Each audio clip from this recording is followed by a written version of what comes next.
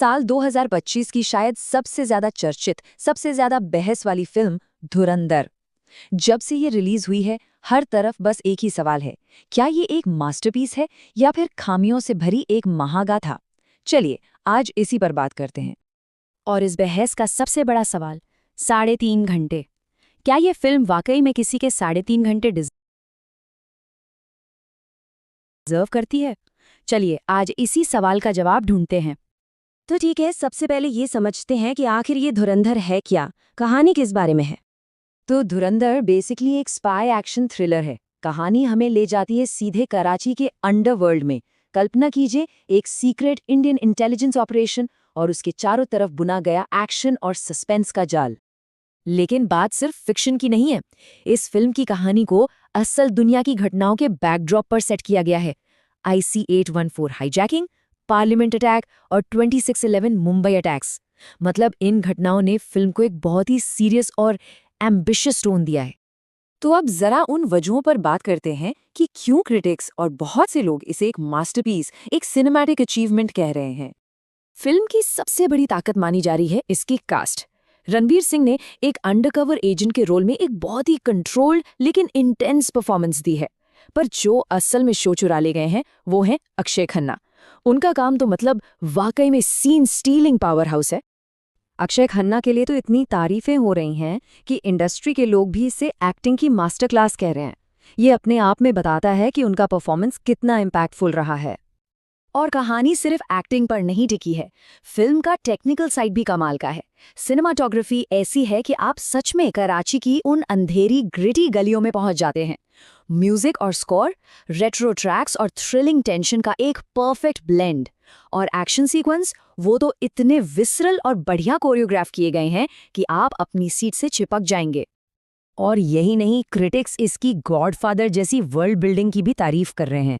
मतलब ये सिर्फ एक फिल्म नहीं है, ये एक पूरी दुनिया खड़ी करती है। एक ऐसी लेयर्ड जासूसी कहानी जिसे देखकर साफ लगता है कि ये सीक्वल के लिए बनाई गई है।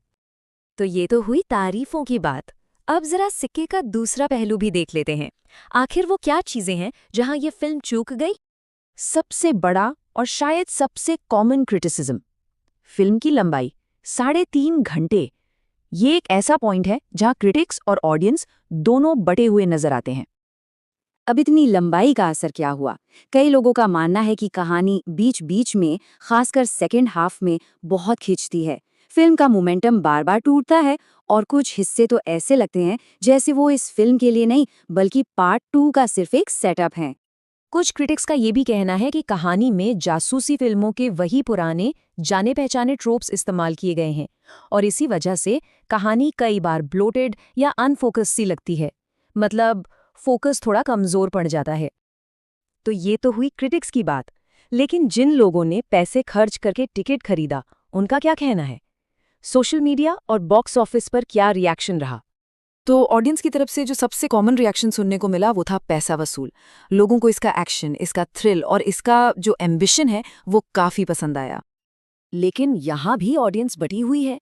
एक तरफ वो फैंस हैं जिन्हें इसका high adrenaline action, gritty realism और सिनेमैटिक एम्बिशन बहुत भाया। वहीं दूसरी तरफ कुछ लोग हैं जिन्हें इसकी धीमी पेसिंग, पॉलिटिकल हेवीनेस और पार्ट 2 के लिए जरूरत से ज्यादा सेटअप से दिक्कत हुई।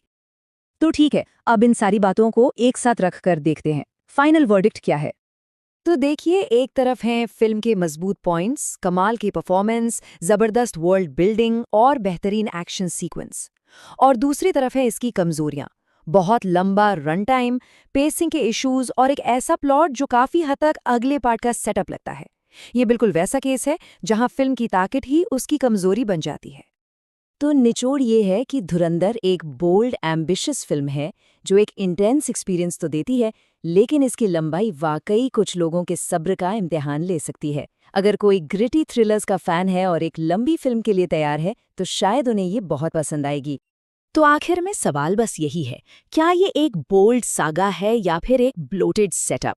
एक ऐसी कहानी जो सिनेमा को आगे ले जाती है या बस अगले पार्ट के लिए एक लंबा सा ट्रेलर? इसका फैसला तो अब दर्शकों को ही करना है।